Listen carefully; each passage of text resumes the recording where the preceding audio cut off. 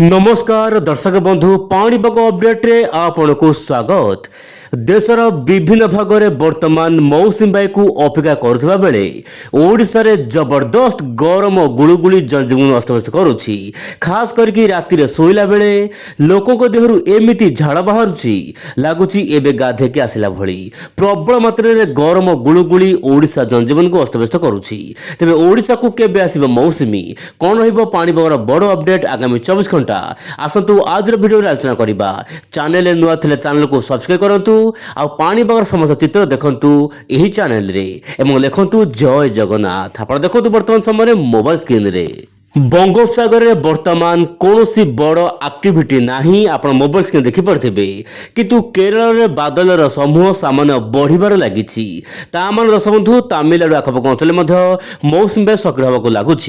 एपटे पाणीपाग तरफ आसंता 24 घंटा मालकानगिरी कोरापुट नवरंगपुर रायगड़ा गजपति जिला ऑरेंज अलर्ट रही स्थान विशेष में प्रबल वर्षा सहित झड़ वर्षा रही पारे।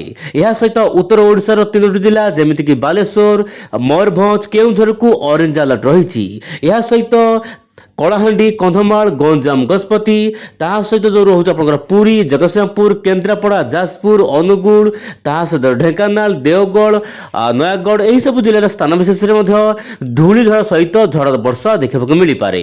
दर्शक बंधु आप जानते मौसुमी बायु केरल छुईवा पर धीरे धीरे पाग माने अनुकूल होशा को मौसुमी बायु छुईवा जहाँ जना पड़ी। एवं देखा वायु चलन माध्यम कौन रही पाणीपागर बड़ अपडेट।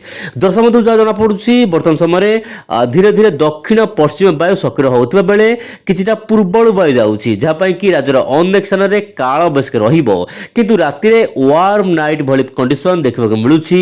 उपकूल रूपांत सबुठी राति रे सोइबा बेले कष्ट अनुभव करुछंती लोक माने काहेकि ना गुळुगुळी अनुभूत होउछि। एपटे जहाँ जना पड़छि वायुचलन माध्यम ओडिशार केतक अंचल में काल बैशाखी वर्षा हेबो खास करके जाजपुर केन्द्रापड़ा भद्रक यही सब स्थान मानक वर्षार मात्रा बढ़िबो।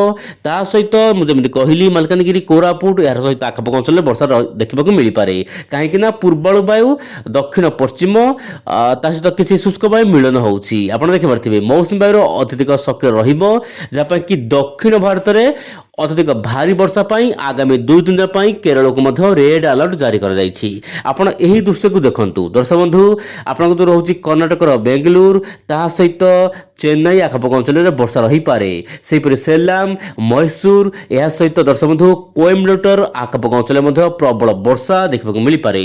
केरल कोची तिरुवनंतपुरम प्रबल अति प्रबल वर्षा रेड अलर्ट जारी कर आगामी 48 घंटा समुद्र बहुत मात्रा रे वर्तमान दक्षिण पश्चिम वायु जाउछि जहाँ कि अनेक स्थान में केरल रे खास करके कर्णाटक रे खास करके वर्षा बढ़िया पाग अनुकूल हो पारे।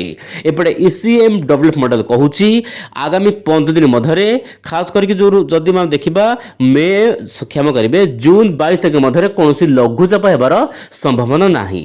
जदि लघुचाप सृष्टि होना मौसुमी वायु ओडिशा को आसब सत किंतु कम वर्षा हेबो मेघुआ पाग रहिबो किंतु गरम सामान्य मुक्ति मिल पारे। किंतु जहाँ जना पड़ुछि आगामी दिन मानक ओडिशा आड़ को मौसुमी आसवाई पाग अनुकूल हो पारे।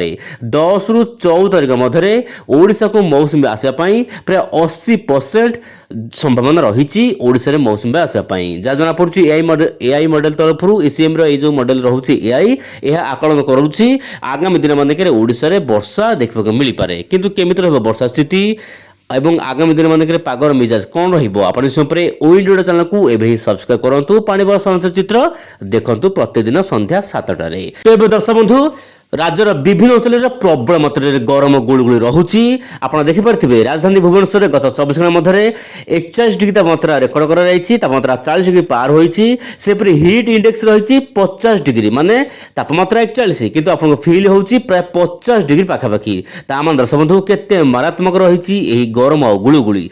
यथेष्ट परिमाण में पानी पिंतु वर्तमान समय घर बाहर साधारणतः कम करंतु जदि अधिक काम न रहुची सामान्य घर भितर रुहंतु कहीं गरम गुळुगुळी जनजीवन अस्तव्यस्त करुच्ची वर्तमान समय यही भली स्थिति आ केते दिन रहिबो ताहा आगामी वीडियो मानक आलोचना करिबा। प्रतिदिन चैनल सहित जड़ित होई रुहंतु। नमस्कार जय जगन्नाथ दर्शक बंधु।